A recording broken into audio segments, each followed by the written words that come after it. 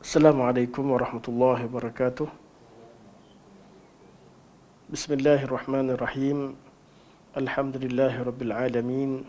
Nahmadullah ta'ala wa nashkuruh. Wa nusalli wa nusallimu ala sayyidina Muhammadin alladhi ballagha risalah wa adda al-amanah wa nasaha al-ummah hatta atahu al-yaqin wa ala alihi wa sahbihi ajma'in.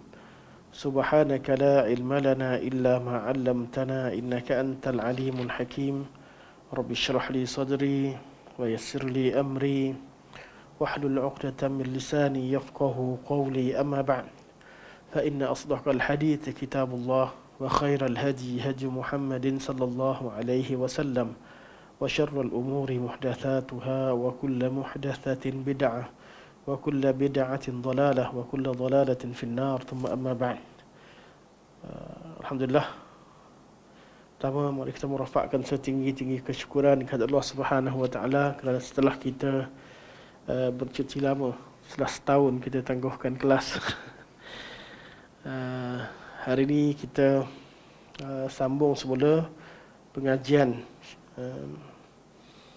syarah Aqidah At-Tahawiyah karangan Al-Imam Ibnu Abil Iz rahimahullah dalam mensyarahkan kalam Al-Imam Abu Ja'far At-Tahawi rahimahullah. InsyaAllah hari ini kita sambung pada muka surat 318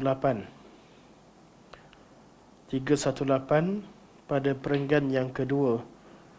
Cuma Ana tidak baca apa yang ada di sini kerana dalam terjemahan ada sedikit beberapa perkara yang kalau dibaca secara harfi akan menyebabkan kita agak susah untuk faham maksud.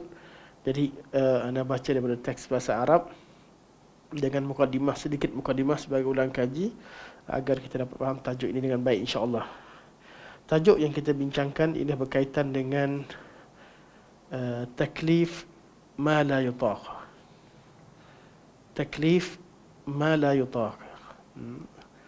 Adakah wujud taklif, suatu pertanggungjawaban, iaitu Allah memberikan kita tanggungjawab ma la yutaq, sesuatu yang tidak mampu kita laksanakan.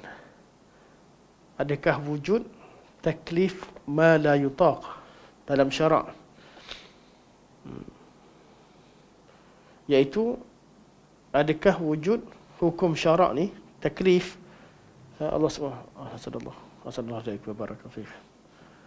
adakah wujud dalam hukum syarak ini Allah Subhanahu Wa Taala mensyariatkan sesuatu perkara yang tidak mampu dilaksanakan oleh hamba Allah Subhanahu Wa Taala. Okey. Tidak syak lagi kita jawab, jawapannya tidak ada dah. Cuma dalam mazhab al-Asy'ariyah banyak qaul yang dibincangkan. Banyak qaul dalam menangani atau menghadapi persoalan ini. Kenapa? Sebab bila kita bincang tentang sesuatu yang tidak mampu, apakah maksud tidak mampu? Dalam mazhab al-Asy'ariyah, kemampuan itu hanyalah berlaku ketika sesuatu perkara itu terjadi. Sekarang kita kata, adakah kita mampu salat subuh? Bagi kita salat subuh satu benda kita mampu buat tak? Hukum syarak, Allah SWT mensyariatkan solat subuh kepada kita. Adakah itu perkara yang kita mampu atau tak mampu?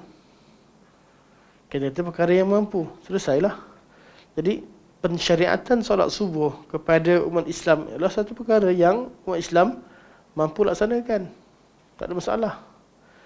Tapi kalau mengikut ta'rif al-istita'ah dalam bab al-kasb, dalam bab al-kasbi, dalam bab al-kasab, dalam akidah kasab al-Asy'ariyah, kemampuan itu hanya dihitung atau dikatakan seseorang mampu apabila terjadi atau kemampuan ketika sesuatu perkara itu terjadi. Kerana sebelumnya hamba tidak boleh dikatakan mampu. Ada kemungkinan saja pada waktu subuh nanti kita tak mampu. Jadi dalam mazhab Asy'ariyah, selagi sesuatu itu belum berlaku, tak boleh dikatakan mampu. Jadi oleh kerana takrif itu dipegang sebagai atau kita panggil al-istita'ah, yang disebutkan bahawa al-fi'lu al-istita'ah muqarinan bil fi'li, kemampuan yang dimaksudkan itu hanyalah terhad pada kemampuan yang ketika perbuatan itu berlaku. Apa terjadi dengan yang sebelumnya? Maka dalam kaedah umum, kaedah akal mazhab Asy'ariyah mengatakan bahawa secara akal boleh terjadinya pensyariatan perkara, boleh wujud pensyariatan terhadap perkara-perkara yang hamba tak mampu. Okey. Jadi takrif ma la yutaq dalam mazhab al-Asy'ariyah adalah harus di sisi akal, di sisi kaedah akal. Boleh sahaja terjadi suatu perkara yang Allah mensyariatkan satu perkara, tapi perkara itu tidak mampu hamba laksanakan. Kita kata mazhab salaf, mazhab al-salaf tak adalah. Tapi kita masih lagi dalam skop perbincangan al-Asy'ariyah. Secara hukum akal, hatta Abul Hasan Asy'ari kata boleh terjadi. Sebab ta'rif yang al-istita'ah dalam mazhab Asy'ariyah adalah kemampuan itu hanyalah dikatakan terjadi bila perbuatan itu berlaku. Hatta bukan sekadar kemampuan saja, hatta ta'thir, kemampuan satu bab. Hatta ta'thir, kesan satu benda, sifat yang wujud pada satu perkara itu hanya disebabkan ianya wujud ketika perbuatan itu berlaku. Contoh air ni. Air ni panas sekarang. Pegang dulu. Air ni panas. Panas ni tak wujud. Tak boleh kata air ni panas. Kecuali ketika waktu kita pegang rasa panas. Baru boleh kata air itu panas. Kalau tak, panas belum terjadi. Kita kata nasi itu mengenyangkan. Tak boleh. Nasi boleh mengenyangkan, boleh dikatakan sebagai, malah dikatakan syirik. Dikatakan syirik kerana menisbahkan kemampuan pada selain Allah Subhanahu Wa Taala. Satu perkara nasi itu hanya mengenyangkan bila waktu terjadinya kenyang. Pisau itu tajam, boleh tidak kata pisau itu tajam? Tak boleh. Pisau itu hanya dikira tajam bila dia dapat memotong. Waktu tu baru wujudnya sifat tajam. Ini akidah Kasam. Panadol itu menyembuhkan sakit kepala. Kalau kita Panadol ni ubat sakit kepala. Dia tak boleh. Mana boleh kata Panadol ubat pening, ubat sakit kepala. Sebab penyembuhan itu dan sifat Panadol itu hanya berlaku ketika ia terjadi sifat tersebut. Alasan mereka boleh saja suatu perkara itu tak terjadi. Alasan diberikan biasanya seperti api yang membakar Ibrahim, api tak membakar. Dan banyak perkara-perkara berkaitan dengan mukjizat dan karamah dijadikan sebagai bukti bahawa api tidak membakar, air tidak menenggelamkan, dan seumpamanya. Dan akidah Kasab ini akidah yang ditertawakan oleh mazhab Mu'tazilah. Mazhab Mu'tazilah juga mazhab Salafus Salih lah. Di kalangan Salafus sama juga. Kata satu akidah yang tidak sesuai dengan waqi'. Siapa pun tahu. Siapa kata api tak panas? Sebelum tangan terbakar, orang tahu dah api itu panas, betul? Orang tak berani lompat dalam api. Dan yang penting bab ini macam-macamlah tafsiran yang cuba. Ini asasnya. Tafsiran ada yang kata ini hukum adat, tidak ada, itu kemudian. Itu perbincangan kemudian. Tapi asalnya akidah Kasab mengatakan bahawa tidak adanya satu kekuatan yang ditinggalkan pada satu perkara. Tak ada siapa yang mampu kecuali Allah Subhanahu Wa Taala. Dan akidah ni pada asalnya ingin mengisbatkan kudrah Allah Subhanahu Wa Taala, ingin menggabungkan antara nak menyelesaikan masalah golongan antara golongan Qadariyah dan Jabariyah. Hujungnya ia terjatuh pada satu bid'ah yang baru dalam bab qadar, iaitu akidah al-kasb. Akidah al-kasb. Oleh kerana kemampuan hanya disebutkan pada perbuatan perkara-perkara yang ketika terjadinya sesuatu perkara, maka semua perkara yang dikatakan mampu sebelum itu dianggap tidak mampu. Dan itulah yang dimaksudkan, ditafsirkan sebagai taklif ma la yutaq. Jadi ada beberapa tajuk. Tadi ana dalam kereta kat bawah sampai tadi cuba senaraikan tajuk untuk kita faham. Beberapa masalah yang terkandung dalam bab taklif ma la yutaq yang ana catatkan sini ada kurang dalam 7 masalah. 7 atau kita berkata 8. Kita juga boleh kata ada 8 masalah yang termasuk dalam perbincangan ini dalam mazhab al-Asy'ariyah. Kita sekarang masih lagi dalam kerangka mazhab al-Asy'ariyah.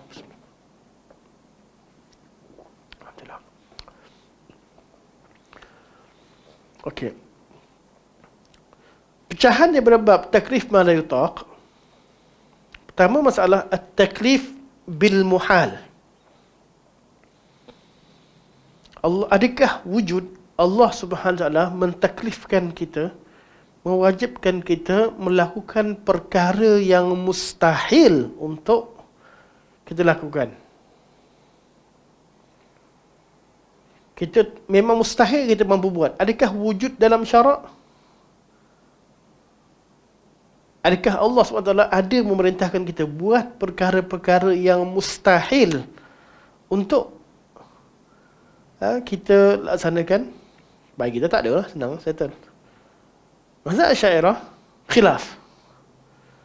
Sebab apa? Sebab kaedah asal kata boleh berlaku. Dia semampu yang mungkin, ulama mazhab tidak akan langgar kaedah asal. Taklifil muhal, sebahagian kata tak boleh. Mana boleh Allah mensyariatkan kita buat benda yang kita yang mustahil buat. Contoh Allah mewajibkan kita terbang ke Mekah. Pakai kedua pakai tanpa gunakan sebarang alat. Ada tak Allah perintahkan? Mustahil lah. Takkan Allah syariatkan, perintahkan kita buat perkara yang memang mustahil kita mampu laksanakan. Benda tak ada masalah lah. Tapi ada di kalangan mereka kata boleh terjadi. Ada saja. Ada benda yang mustahil yang Allah Subhanahu Wa Taala syariatkan. Jadi dicarilah ayat-ayat Al-Quran atau hadis-hadis Nabi SAW yang boleh dikaitkan dengan perkara-perkara yang mustahil yang diperintahkan oleh Allah Subhanahu Wa Taala. Antara yang dibawakan dalil bahawa ada Allah perintahkan atau Allah taklifkan atau Allah Subhanahu Wa Taala mensyariatkan perkara yang mustahil adalah hadis Nabi SAW tentang seorang yang pencipta patung berhala yang di hari kiamat Allah perintahkan dia untuk menghidupkan ciptaannya. Yang cipta patung-patung ni sampai hari kiamat Allah kata ahyau ma khalaqtum. Hidupkan apa yang kalian cipta. Bagi nyawa, biar dia hidup. Dia kata. Jadi adakah selain Allah boleh hidupkan patung-patung, makhluk yang mati seperti patung? Tak mampu, betul? Dan perkara itu mustahil. Perkara itu mustahil. Tapi Allah SWT mensyariatkan. Jadi mereka kata kaedah asal tetap tak salah. Dia kata Imam Ibn Abil Is, ini semua tak betul. Mana ada kaitan? Kita bincang tentang hukum syarak. Yang tu Allah bukan ketika hari kiamat Allah perintahkan, itu bukanlah perintah hukum syarak sehingga kalau dia tak buat berdosa pula. Itu bukan masalah hukum taklif dah. Kat sana. Masa hari kiamat tu adalah perintah Allah SWT untuk mencela dia di atas perbuatan dia dilihat di dunia. Maka Allah SWT menemplak dia, mencela dia dengan perintahkan dia hidupkan apa yang kamu cipta. Nak tandingi perbuatan Allah, nak menandingi perbuatan Allah SWT dalam penciptaan. Jadi kata Syekh Ibn Baz kata tak masuk. Itu tajuk lain. Dan beberapa contoh yang lain. Antaranya firman Allah Subhanahu wa taala, kata mereka, Allah berkata kepada malaikat, ambiuni bi asma'i haula. Hai malaikat, cuba namakan semua nama barang-barang ni kat syurga. Sedangkan Allah ciptakan sesuatu dalam syurga dan Allah tak beritahu nama dia dengan malaikat. Malaikat mana tahu? Allah tahu, malaikat tak tahu. Tapi Allah perintahkan malaikat untuk menamakan. Jadi adanya taklif ma la yutaq bagi sebahagian ulama mazhab Syiah kata boleh, dan taklif ma la yutaq sini adalah taklif dengan perkara yang mustahil hamba mampu laksanakan. Jadi Syekh pun jawab, Syekh kata tak, perintah Allah pada malaikat ini bukanlah perintah yang dibincangkan dalam maksud taklif ma la yutaq, hukum syarak yang dibincangkan. Sebab tajuk ni berkaitan hukum syarak. Bukanlah malaikat jadi berdosa kerana tak mampu menamakan barang-barang dalam syurga tersebut. Tetap tak kena, contohnya tak kena, luar daripada tajuk. Jadi selesai satu masalah. Masalah yang kedua dalam bab ini juga berkaitan dengan at-taklif bitahmil ma la yutaq. Kata mereka, boleh sahaja Allah mentaklifkan kita benda yang kita tak mampu. Sebab tu kita minta untuk Allah jauhkan kita daripada menanggung perkara yang kita tak mampu. Rabbana wala tuhammilna ma la taqata lana bih. Wa'fu 'anna waghfir lana warhamna anta maulana wansurna 'alal qaumil kafirin. Rabbana wala tuhammilna ma la taqata lana bih. Ya Allah, ya Tuhanku, jangan kamu bebankan aku dengan perkara yang, bebankan kami dengan perkara yang kami tak mampu tanggung. Jadi kata ulama yang nak pertahankan kaedah ni di kalangan Asy'ariyah, kata mereka boleh wujud. Kenapa? Sebab itulah kita minta Allah jauhkan. Kalau benda tu benda tak wujud, kenapa kita minta Allah jauhkan? Dia benda tu benda yang mampu. Apa kata Syekh? Syekh kata, ni bukan hukum syarak. Ni bukan cerita pasal hukum syarak. Taklif ma la yutaq sini, tahmil ma la yutaq, artinya membebankan kita benda tak mampu. Mungkin Allah SWT Allah SWT berikan musibah pada kita, satu benda kita tak mampu. Hukum syarak, Allah takkan mensyariatkan satu perkara yang kita tak mampu. Yang dimasukkan situ adalah tanggungan. Sebab tu kalau kita boleh terjadi tidak ada orang yang dilenyek oleh kenderaan, itu tahmil ma la yutaq, tapi bukan berkaitan hukum syarak, bukan taklif.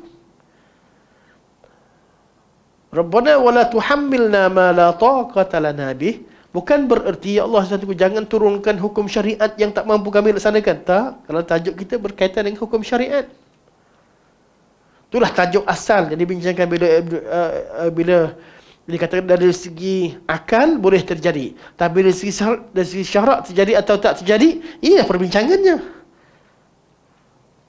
Tapi kita dapati bahawa ulama-ulama Asy'ariyah akan cuba jawab lagi, cuba cari bahawa adanya taklif ma la yutaq sebab mengikut kaedah al-istita'ah dalam teori al-kasb boleh terjadi taklif ma la yutaq sebab hukum syariat sebelum terjadi satu benda tu hamba lakukan dikira tak mampu. Kalau tak mampu jawab, kaedah ni kaedah salah dan teori al-kasb teori yang salah. Teori kasb, teori yang kaedah yang ghaira muttarid, malah ghaira sahih, kaedah yang tidak betul. Seterusnya, dikaitkan juga dengan masalah ini sebagai jawapan untuk mengiyakan bahawa takrif ma la yutaq adalah berkaitan dengan mentakrifkan, Allah mentakrifkan suatu perkara yang dalam ilmu Allah bahawa ia tak akan terjadi. Seperti Allah memerintahkan Abu Lahab untuk beriman. Sedangkan dalam pengetahuan Allah, Abu Lahab tak akan beriman.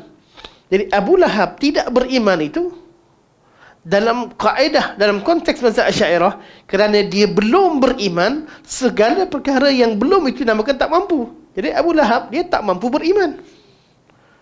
Takrif ma la yutaq mengikut mazhab ni. Kata Syekh, pelik kau orang ni. Itu pun bukan tak, Abu Lahab bukan tak mampu beriman, dia tak beriman.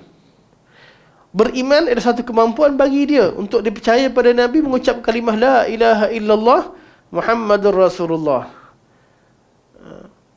Mengucap kalimah syahadah dan beriman dengan Allah Subhanahu wa taala bukan satu perkara yang ma la yutaq untuk Abu Lahab. Berkaitan dengan ilmu Allah Subhanahu wa taala, itu hak Allah, itu adalah ilmu Allah Subhanahu wa taala. Kalau macam tu, semua hukum syariat takrif ma la yutaq. Ada kemungkinan sebab banyak hukum syariat yang Allah syariatkan orang tak buat. Orang Islam buat mungkin dalam beberapa persen, orang bukan Islam buat. Oh, tu kira takrif ma la yutaq. Dan itulah yang dimasukkan. Kenapa? Puncanya nak salahkan kaedah yang wujud dalam teori al-kasb, dalam akidah al-kasb al-Asy'ari. Juga seperti iman kaum Nuh alaihi salam. Nuh dah tahu dah kaum tak beriman dah. Tapi dia tetap berdakwah sampai 950 tahun berdakwah. Baik. Masalah yang terkandung dalam konteks ini juga seperti yang dikemukakan Imam Haramain. Imam Haramain kata boleh ada juga. Boleh ada perintah Allah untuk buat perkara yang kita tak mampu buat. Tapi sebenarnya Allah tak perintahkan pun benda tu. Tapi dari segi bahasa, dari segi sirah, ianya wujud. Contohnya apa? Contohnya Allah kata, kunu kiradatan khasi'in. Jadilah kalian kera-kera yang hina. Jadi, ayat ini, Allah memerintahkan bahawa kaum Yahudi jadi kera. Kaum Yahudi tak mampu. Sebenarnya yang buat tu adalah Allah Subhanahu Wa Taala. Dia tak mampu. Jadi dari segi zahirnya Allah perintahkan mereka. Tapi hakikatnya tak. Mereka tak mampu buat apa. Mereka hanya menunggu takdir Allah Subhanahu Wa Taala. Kata Syekh, sama juga. Ini tak ada masuk tajuk pun. Yang ni perintah Allah nak buat apa. Itu ikut kehendak Allah. Bukan berkaitan dengan hukum syarak. Tajuk kita berkaitan dengan hukum syarak. Seterusnya, sama juga siratul amr ditawbih. Semua yang macam ahya'u ma khalaqtum, di semua contoh yang sama. Semua perintah Allah terhadap hamba-Nya sebagai untuk menemplak mereka. Sama dah macam yang suruh hidupkan orang yang makhluk-makhluk patung-patung yang dicipta dan sebagainya. Juga masuk dalam contoh yang sama tapi bawah tajuk yang lain atau di bawah furuk yang lain. Contoh lain, takrif ma la yutaq itu bishtighali bididdih. Juga dalam kaedah al-istita'ah,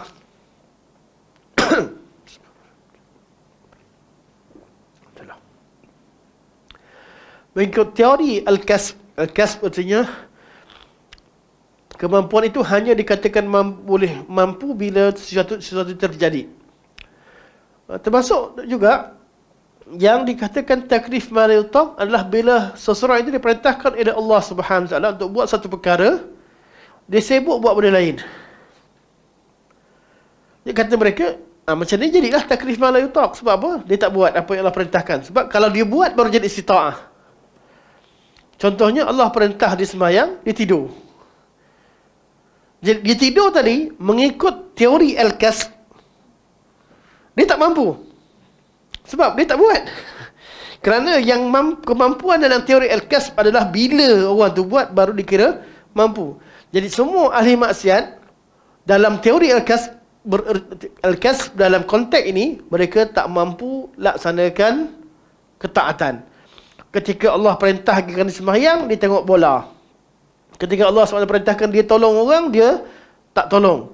Ketika Allah SWT perintahkan dia berjihad, dia keluar daripada berjihad, dia lari dari medan perang.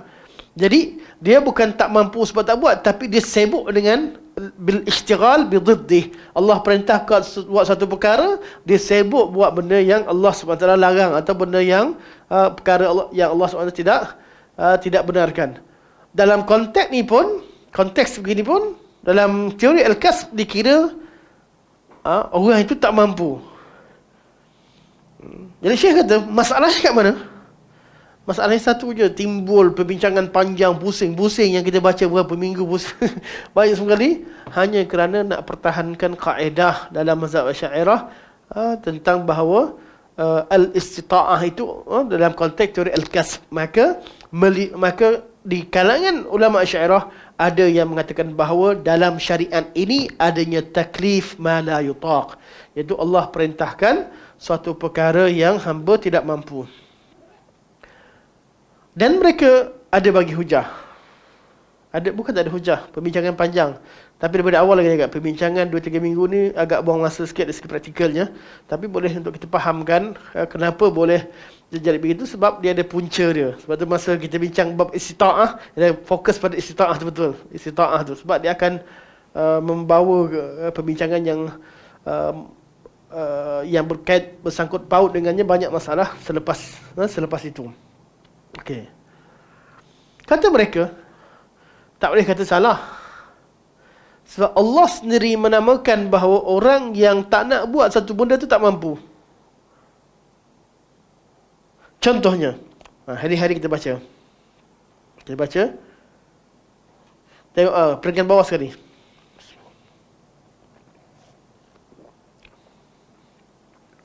Manakala keupayaan yang ada bersama perbuatan, iaitu keupayaan, kemampuan untuk buat satu benda, bukanlah merupakan syarat taklif. Sedangkan ia sebenarnya mengandungi kemahuan melakukan perbuatan itu. Kata Syekh,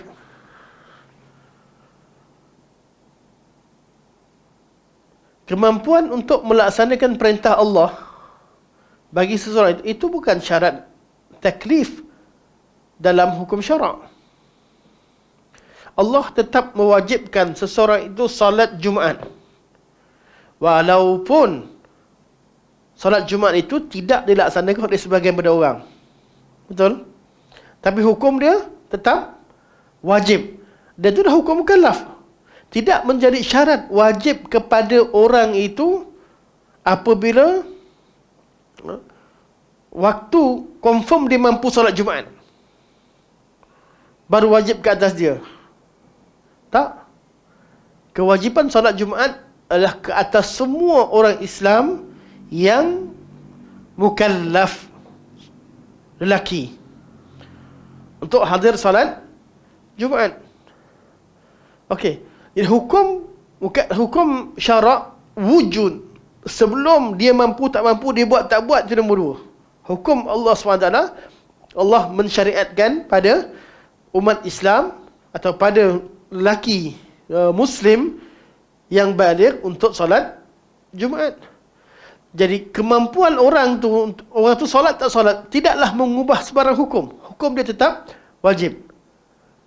Kalau sampai satu hari dia tak mampu, itu kelonggaran syarak, rukhsah yang Allah berikan kepada orang tak mampu. Rukhsah itu adalah pengangkatan taklif kepada orang-orang tertentu.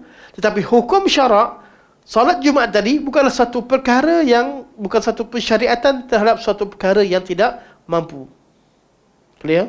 Sebab Al-Sunnah menithbatkan kemampuan dan kedua-duanya. Kemampuan ni bukan waktu itu saja. Benda yang kita mampu buat secara iradah, secara ikhtiar, itu juga dinamakan sebagai mampu. Jadi dalam hukum syariat ini Allah mensyariatkan kepada kita satu perkara yang kita mampu. Allah tak akan memberikan kita satu perkara yang tak mampu.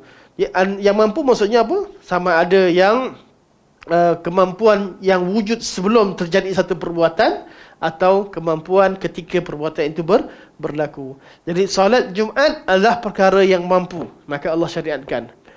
Terbang ke Mekah pakai dua tapak tangan, Allah tak syariatkan sebab benda tu benda yang kita tak mampu, memang tak berlaku.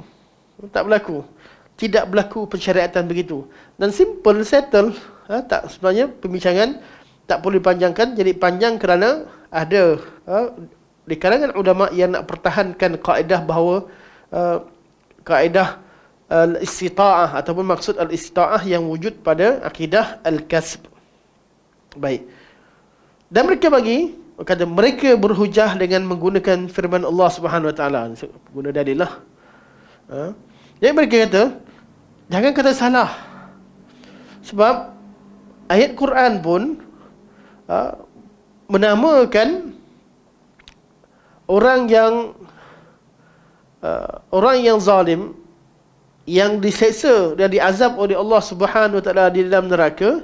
Allah kata mereka dulu tak mampu dengar dan tak mampu lihat. Tak dengar dan tak lihat. Antaranya firman Allah Subhanahu Wa Taala, Allah kata ulaika lam yakunu mu'jizina fil ardi wa ma kana lahum min dunillahi min awliya yudha'afu lahumul 'adzab ma kanu yastati'una as-sam'a wa ma kanu yubsirun. Ma kanu yastati'una as-sam'a wa ma kanu yubsirun. Mereka ni dulu tidak mampu mendengar dan tidak melihat. Orang yang Allah azab dalam neraka dan Allah gandakan azab ke atas mereka, itu orang-orang yang zalim. Allah kata mereka ni dulu tak mampu mendengar. Allah kata makanu yastati'una as-sam'a, mereka tak mampu mendengar. Jadi kata mereka, Allah SWT perintahkan dia dengar kalam Rasul, tapi mereka tak mampu dengar. Syekh kata apa? Syekh kata semua benda ni maksudnya mereka tak nak dengar. Bukan tak mampu. Dia orang dengar lah, dia mampu lah. Kalau Nabi bercakap, dia mampu dengar. Tapi maksudnya dia tak nak dengar. Penggunaan bahasa begini, jangan pergi ubah kaedah bahawa adanya syariat, satu benda yang Allah syariatkan, benda yang tak mampu. Tak payah cakap macam tu. Sebab maksud yang kat sini jelas bahawa Allah SWT mengatakan bahawa mereka tak nak dengar. Contoh kita tu. Ana cakap pada antum, jom kita tengok cerita lakonan Zamihan pernah lakon ke? Kata hero dia Zamihan. Wah, tak larat aku tengok. Kan? Kita kata, minta maaf lah Ustaz Zamihan. Contoh. Kita kata, kalau hero dia jadi hero, contoh dia lah hero, dia lah orang yang paling hebat, paling tampan dalam cerita tu. Kita kata, siapa hero dia? Ustaz Zamihan. Alamak, dia ke hero-nya? Dia sebagai apa? Sebagai lelaki paling handsome di dunia dalam cerita tu. Tak larat aku tengok. Kita kata, betul? Maksudnya, Assalamualaikum warahmatullahi wabarakatuh. Bukan maksud kita kata tak mampu tu maksudnya tak larat, bukan berarti kita tak boleh nak ngadap. Tak. Kita tak nak. Betul? Tak nak. Malas nak tengok. Macam orang ajak kita tengok, jom tengok ni, kumpulan tengok Selangor angkat piala. Kan? Selangor lawan dengan Negeri Sembilan. Buanglah jadi T. kan. Asyik dia jadi T. Sekarang ni bola tak best juga. Satu kumpulan je menang kan. Yang power kan, antara yang power Selangor Negeri Sembilan, yang tim-tim yang besar. Kan. Bila dah menang, katalah Selangor menang. Selangor menang. Yang Negeri Sembilan kata, tengok lu penyampaian dia. Tak larat aku tengok. Kan? Tak larat bukan bererti dia tak mampu, tapi dia tak nak tengok, dia menyampah tengok. Sebab bukan tim dia yang menang. Ya? Sakit hati dan sebagainya. Dan begitulah maksudnya. Bukan bererti benda tu benda dia tak mampu. Yang kita bincangkan tentang hakikat satu perkara. Jadi Allah kata ma kanu yastati'una sam'a wa ma kanu yubsirun, bukan bererti Allah mensyariatkan kepada golongan ini untuk dengar kalam Rasul, sedangkan benda tu mustahil atau tak mampu dia buat. Benda tu masih lagi benda dia mampu. Cuma Allah kata mereka tak mampu dengar, maksudnya mereka tak nak dengar. Mereka tak nak dengar. Contoh yang lain seperti kalam Nabi Khadir alaihi salam kepada Nabi Musa alaihi salam. Walaupun dalam kisah ni, bila Nabi Musa nak jadi anak murid Nabi Khidir, nak ikut, nak belajar, Allah SWT nak belajar. Apa kata Khadir AS? Boleh baca Khidir, boleh baca Khadir. Kata, qala innaka lan tastati'a ma'iya sabra. Kamu takkan mampu bersabar duduk dengan aku. Dia tahu dah, Allah perintahkan. Khidir ni tahu dah, Allah dah turunkan wahyu, melalui Jibril, Allah perintahkan kau buat benda yang memang tak masuk akal. Bukan bererti Khidir ni memang kerja dia macam orang gila, pergi buat benda tak masuk akal. Tak. Perintah Allah kepada dia tu perkara yang memang dia tahu Musa takkan mampu hadap. Jumpa budak-budak bunuh. Mana mampu seorang Nabi? Kita yang biasa pun nampak orang bunuh budak-budak. Orang jalan budak-budak biasa, comelnya. Kita nak bagi guna, tiba-tiba dia pergi bunuh. Siapa sanggup nak terima? Kamu takkan mampu sabar. Tapi hakikatnya benda tu Musa mampu tak? Kalau mampu tak, Musa tahu ini perintah Allah, ada hikmahnya sebagainya. Mampu. Tapi benda tu benda yang susah. Tapi bukan tak mampu. Musa tak mampu hadap benda tu sebab apa? Sebab dia tak ingat. Dia tak ingat. Khidir ni sekarang seorang rasul juga yang menjalankan perintah Allah Subhanahu Wa Taala. Musa terlupa sebab syariat ikut pada syariat Nabi Musa alaihissalam, ikut kepada apa diketahui. Mana boleh bunuh orang? Mana boleh pergi kampung orang miskin tengah tak ada apa-apa, tiba-tiba tenggelamkan. Tengok kesian kampung ni. Semua pakai perahu kecil-kecil. Jom pergi bocorkan perahu dia, tenggelamkan. Sepatutnya tolong. Bukan tenggelamkan perahu orang miskin tersebut. Apa yang Khidir buat, Nabi Khidir buat adalah perkara yang Khidir kata, kamu tak mampu bersama aku. Tak mampu untuk kamu bersabar bersama aku. Nabi Musa kata, insya-Allah aku mampu. Sebab dia bersedia untuk sabar. Maksud tak mampu tadi apa dia? Tak tahan. Bukan bererti tak mampu, artinya sabar ni tak ada pada Musa AS. Tak. Sebab Musa bila dah tahu, Musa baru bila soalkan, dia kata, kau ingat tak? Aku dah kata jangan tanya. Okey. Mampu je. Tapi maksud tak mampu tu adalah satu perkara yang menyusahkan. Susah untuk dihadapi. Jadi benda ni bukan benda tak mampu. Hanya bahasa digunakan begitu.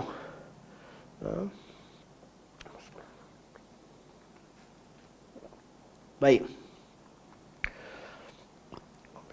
Dalam ayat tidak ada disebut kemahuan yang mereka namakan sebagai keupayaan, iaitu yang ada bersama perbuatan. Ini semua kalau sampai bab ni dah terjemahan dah. Sebab istilah-istilah ilmiah ni, terutamanya istilah-istilah ahli kalam, dia perlu kepada teks asal juga yang boleh memahami. Kalau tak, dia terjemahan pun memang susah. Kalau disuruh saya terjemah pun, macam mana dia buat ayat? Kita pun tak jumpa ayat. Baik. Jadi kita terus tengok bahasa Arabnya.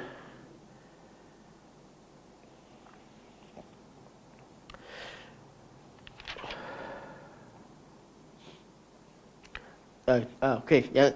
Allah kata Syekh, fa inna Allah dhamma haula'i ala kaunihim la yastati'una as-sam'a walau arada bidzalika al-muqarin لكان جميع الخلق لا يستطيعون السمع قبل السمع فلم يكن لتخصيص هؤلاء بذلك معنى ولكن هؤلاء لبغضهم الحق وثقله عليهم إما حسدا لصاحبه وإما اتباع للهوى لا يستطيعون السمع. Kata Syekh, ayat Al-Quran yang Allah Subhanahu wa taala kata ma kanu yastati'una sam', Sesungguhnya mereka tak mampu mendengar. Itu orang-orang yang dimasukkan dalam api neraka kerana tidak mendengar kalam Rasul. Dan Allah kata, ma kanu yastati'una as-sam'a wa ma kanu yubsirun. Mereka tak mampu mendengar dan mereka tidak melihat. Maksudnya apa? Maksudnya Allah mencela mereka kerana mereka tidak mendengar. Bukan tidak mahu mendengar. Bukanlah yang dimaksudkan adalah mereka tak mampu dengar atau mereka tidak mendengar suara. Bukan itu maksudnya. Kalau maksudnya begitu, semua orang sama. Semua orang sama. Waktu Nabi bercakap, semua orang dengar. Nabi tak bercakap, semua orang tak dengar. Kalau dimaksudkan kemampuan adalah kemampuan mendengar adalah pendengaran ma'al fa'il, waktu suara Rasul bercakap, sedang bercakap kemudian mendengar, maksudnya itu. Kalau istita'ah itu istita'ah ma'al fa'li, semua orang sama je, orang beriman dengan tak beriman sama je. Mereka mendengar suara Nabi dan Rasul. Mereka dengar kalam tersebut. Cuma bezanya mana? Beza yang ni nak dengar dan ambil manfaat, yang ni mereka tak nak dengar dan mereka benci. Sedangkan kemampuan itu sama. Betul kata Syekh, lam yakun li takhsis haula bidzalika ma'na. Kalau maksud kemampuan situ adalah kemampuan ma'al fi'li seperti mana yang dikatakan, tak ada beza. Buat apa nak dikhususkan mereka masuk neraka? Sebab mereka tak mampu dengar atau mereka tidak mendengar. Semua makhluk sama kemampuan mendengar yang Allah berikan untuk mendengar suara ini ada pada orang beriman, ada tidak juga ada pada orang tidak beriman. Kalau tak dengar, orang beriman pun tak dengar. Tidak ada perbezaan. Walakinna haula, akan tetapi mereka ini, itu orang kafir yang dimasukkan neraka itu, li bughdihimul haqq wa thaqlihi alaihim, kerana mereka bencikan kebenaran dan mereka merasa berat untuk terima kebenaran. Imma hasadan li sahibihi, sama ada merasa hasad dan dengki kepada orang yang bawa kebenaran tersebut. Wa imma tiba'an lil hawa, ataupun mereka tak mampu dengar kerana mereka nak ikut hawa nafsu. La yastati'una sam', maka mereka dikatakan tidak mampu mendengar, iaitu mereka tak nak dengar, benci dengar, tak suka dengar dan sebagainya. Itulah digunakan kalimah tidak mampu. Bukan bererti mereka tidak mendengar suara atau tidak memahami kalam Nabi dan Rasul. Wa Musa alaihi salam la yastati'una sabra li mukhalafati ma yarahu li zahir syar' wa laysa indahu minhu ilmun. Dan Musa dikatakan tidak mampu bersabar kerana dia mengetahui bahawa apa yang dilakukan itu adalah mukhalafah, berbeza dengan apa yang dilihat, bercanggah dengan syarak secara zahir. Dan dia tidak mengetahui itu adalah perintah Allah. Itu pada ketika terjadilah. Dimarahlah bila sedar balik perintah Allah, dia tenang. Dan wahadihi lughatul arabi wa sairil umam. Dan ini dah bahasa Arab dan semua bangsa cakap macam tu. فَمَنْ يُبْغِضُ غَيْرَهُ يُقَالْ إِنَّهُ لَا يَسْتَطِيعُ الْإِحْسَانَ إِلَيْهِ. Bila dibenci seorang, dia kata, aku tak mampu buat baik dengan dia. Aku tak mampu maafkan dia. Dan seumpamanya, semua bangsa, semua orang bercakap dengan bahasa tersebut. وَمَنْ يُحِبُّهُ يُقَالْ, manakala kalau orang tulis sayangi, dikatakan, إِنَّهُ لَا يَسْتَطِيعُ عُقُوبَتَهُ لِشِدَّةِ مَحَبَّةٍ لَهُ لَا لِعَجْزِهِ عَنْ عُقُوبَتِهِ. Juga orang terlalu sayang, dia kata aku tak mampu denda dia, aku tak mampu pukul dia. Sebab apa? Kerana sangat cinta, sangat sayang. Bukan bererti dia tak mampu untuk pukul, tapi tak mampu artinya kerana terlalu sayang, terlalu cinta. Dan bahasa ini digunakan dalam semua bangsa, dan perkara ini diketahui secara daruri. Jadi tak perlu ambil perkataan-perkataan begini jadi hujah. Oh, dalam syarak ada perkara yang takrif ma la yutaq, hanya kerana nak mempertahankan maksud al-istita'ah yang ada pada akidah al-kasb.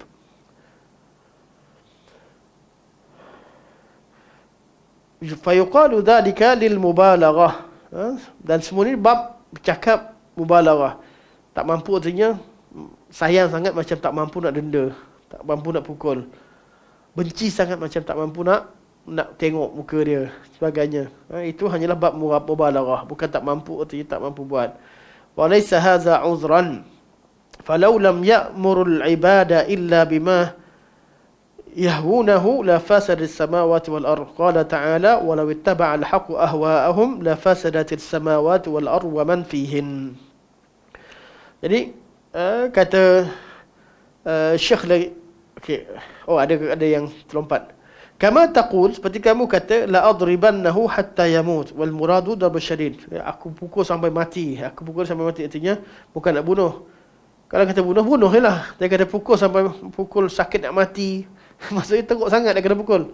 Memang pukul memang sakit nak mampus. Kita katakan aku akan pukul sampai mampus, sakit mampus. Bahasa nak mati nak mampus ni ialah bermaksud mubalaghah. Mubalaghah. Jadi Allah Subhanahu Wa Taala memang mensyariatkan satu perkara yang kadang-kadang yang tak disukai oleh hawa nafsu manusia. Dan perkara yang tak disukai itu dikatakan dia tak mampu. Dia tak mampu artinya sebab apa? Sebab dia tak nak buat, dia tak suka. Dan memang tabiat syariat, kata Syekh, memang Allah mensyariatkan pada manusia ini satu perkara yang hawa nafsu tidak suka pada asalnya. Betul, syariat Allah tak ikut hawa nafsu. Syariat Allah Subhanahu Wa Taala ikut apa yang Allah kehendaki. Dan Allah berfirman, walau ittaba'al haqqu ahwa'ahum, kalaulah kebenaran itu ikut hawa nafsu masing-masing, ikut hawa nafsu mereka, la fasadatis samawati wal ardh, akan rosaklah langit dan bumi, wa man fihin, dan segala isinya. Kalau yang hak, sekarang ni kalau lawan, yang mana doa yang patut dimakbulkan? Suami doa nak kahwin dua, isteri doa supaya suami tak kahwin lagi. Okey, yang mana hak dua doa ni untuk dimakbulkan? Ya, suami sebelah ada orang. Yang tak bawa isteri bolehlah cakap, kan? Siapa yang berhak? Hak makbulkan hak Allah Subhanahu Wa Taala, bukan bukan suami ataupun isteri. Haknya adalah hak Allah. Kalaulah kebenaran dan juga hak-hak apa semua ikut pada hawa nafsu masing-masing, rosaklah, hancur langit bumi. Negeri Sembilan lawan Selangor, dua-dua buat solat hajat. Siapa yang patut menang? Tim mana patut menang? Dua-dua berdoa, dua-dua ikhlas. Sebab Allah jadikan hak memustajabkan doa itu adalah hak mutlak Allah Subhanahu Wa Taala, dan Allah beri sesuai dengan hikmah yang Allah SWT kehendaki. Yang berdoa tadi tak sia-sia. Dua-dua dapat pahala kerana minta tolong Allah Subhanahu Wa Taala, dan usaha dia pun tak sia-sia. Allah SWT ada hikmah di sebalik segala perkara. Orang miskin nak kaya, doa. Tak kaya-kaya, sia-sia ke doa dia? Tak sia-sia. Pertama, jadi ibadah. Yang kedua, doa itu tanda dia sungguh-sungguh. Sungguh-sungguh untuk satu perkara. Mungkin sekarang tidak, mungkin Allah tangguhkan pada waktu yang lain, mungkin Allah beri sisi yang lain yang lebih besar, lebih hebat. Ada pelajar dia katakan, wah nak saya ni paling bodoh masuk sekolah. Masuk sekolah tak faham-faham. Lepas habis pada SPM, budak tak lulus tadi, meniaga, dia kaya raya. Yang abang dia masuk universiti, yang cemerlang, masih lagi makan gaji macam biasa. Tak kaya-kaya. Mak dulu sayang si abang, sebab si abang masuk universiti, si adik tak masuk universiti. Saya ada kenalan saya, adik-beradik dia 5 atau 6 orang. Tapi dia ni yang musuh lah, dia yang musuh. Ada musuh lelaki. Ada lagi lain. Abang-abang semua masuk universiti. Dahil ustazah dah yang abang-abang ni. Dia ni kaki main game. Kejap-kejap main game kapal terbang. Itulah game dia. Bapak dia kejar pukul, dia lari, dia jumpa game baru. Bawa balik game lagi. Bapak dah cakap apa dah? Memang main game. Dia main game kapal terbang tu. Simulator yang game kapal terbang. Memang mahal-mahal game dia beli. Bagi apa pun kumpul duit, beli game. Mak dia kata, Mak tak pernah ada anak macam ni. Dia tak nak dengar. Dia dengar cakap, dengar. Main game je, bukan apa pun. Kan? Penghujungnya, jadi apa? Jadi pilot. Ada apa jadi? Penghujungnya tu, macam mana lah. Dia fikir-fikir, nak jadi apa? SPM okey juga, bukanlah teruk. SPM. Lepas tu, last kali mohon jadi pilot. Masa tua juga pilot, kena main game tu. Salah satu daripada proses ujian tu, main game. Memang dia menang lah. Memang dia power game dia. Sekarang jadi pilot. Kan? Gaji pertama kedua, bawa mak umrah pergi umrah. Bawa mak ayah pergi umrah. Jadi mak ayah masa tu bangga. Anak aku jadi pilot. Dia punca dia main game. Allah SWT makbulkan doa kita tu dengan cara yang Allah kehendaki.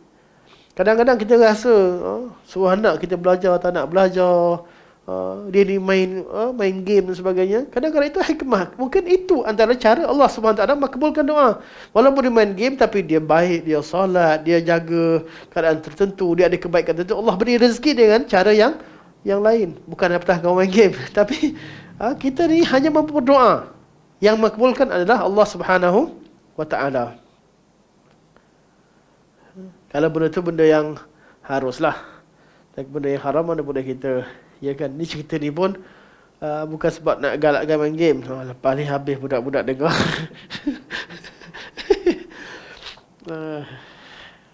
Bukan untuk mengiyakan. Tapi adalah cara Allah SWT makbulkan permintaan kita. Baik. Kita buka soalan. Tinggal 6 minit. Manakala kalam wala yutiquna illa ma kallafahum sehingga akhir, yang ni akan kita sambung pada pertemuan akan datang. Maksudnya akan datang kita sambung pada muka surat 320.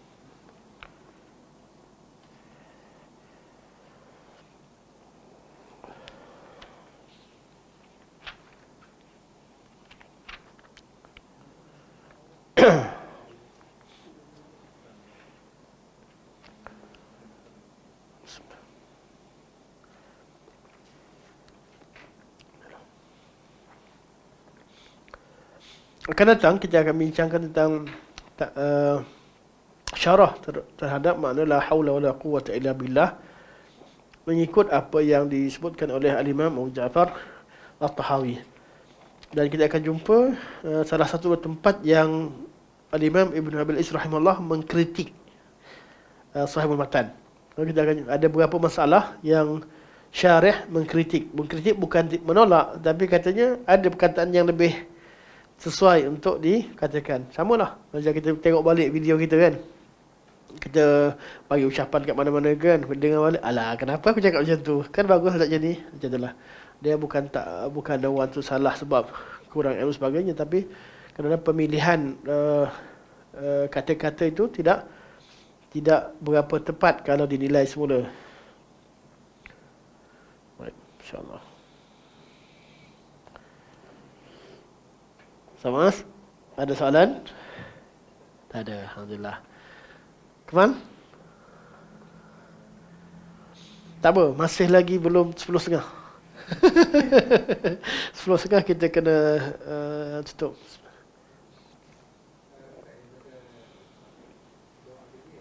Doa, okey. Ya. Betul.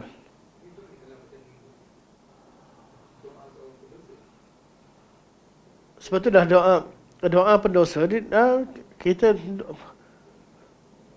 amal ibadah. Doa ni amal ibadah. Jadi soalan mungkin ada yang tak dengar. Doa ni antara sebab doa ditolak adalah dosa. Jadi macam mana doa pendosa? Soalannya betul lah. Soalan yang menarik. Okey, doa ni ibadah tak? Ibadah. Orang buat dosa, dia berdoa, Allah terima tak doa dia? Allah janji semua doa Allah terima. Tapi oleh kerana dosa dia Belum tentu apa yang diminta tu Allah SWT terima. Tapi bukan bererti Allah tolak ibadah dia tersebut. Faham? Itu hukuman dosa adalah tidak dimakbulkan doa. Tapi doa dia tetap sah tak?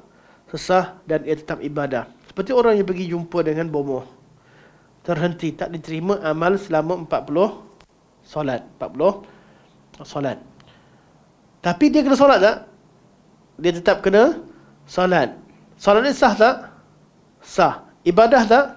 Ibadah. Tapi pahala kebaikan itu terhenti kerana hukuman tersebut. Tapi apa yang dibuat, doa dia, permohonan dia antara sebab untuk Allah ampunkan dosa dia. Jadi kalau orang nak, contoh, orang buat dosa susah nak hafal Quran. Okey, itu hukuman, betul? Tapi adakah bermaksud bila siapa buat dosa jangan hafal Quran? Tak, dia hafal susah-susah. Tapi bila dia usaha, dia terus hafal. Itu sebab pengampunan doa dan Allah SWT akan mudahkan dia. Mana kita terus berdoa sampailah kita tahu Allah SWT mengampunkan dosa kita tadi yang jadi penghalang, sehingga doa kita dimakbulkan oleh Allah Subhanahu wa taala. Clear?